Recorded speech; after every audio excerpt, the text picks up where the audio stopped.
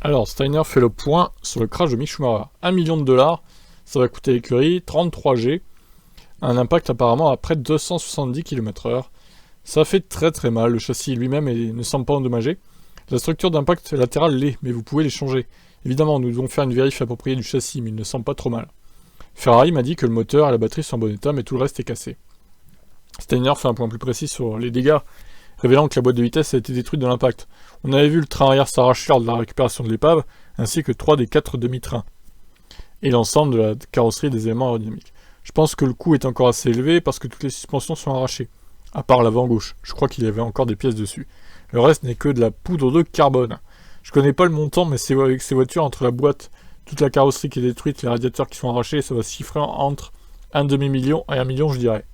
Les accidents de ce type ne comptent pas dans le budget plafonné, ce qui ne pose pas problème en matière de respect du plafond. En revanche, Steiner s'inquiète que de tels accidents commencent à coûter cher à l'équipe en matière de liquidité.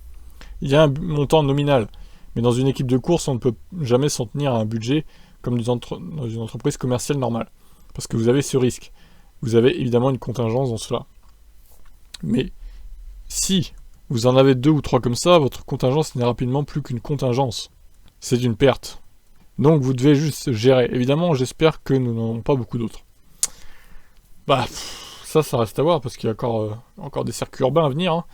Et Mick Schumacher a la fâcheuse habitude de se cracher quand même. On l'avait aussi vu l'année dernière. Donc attention, Mick, il est meilleur que Mazepin, mais en termes de crash, il est similaire, voire même peut-être pire. Donc attention. C'est vrai que Mazepin était lent l'année dernière, mais au moins il se crachait plus.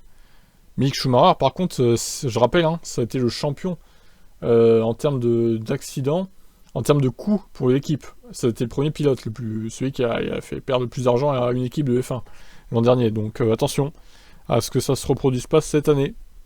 Bon, qu'est-ce que vous en pensez? Ciao ciao.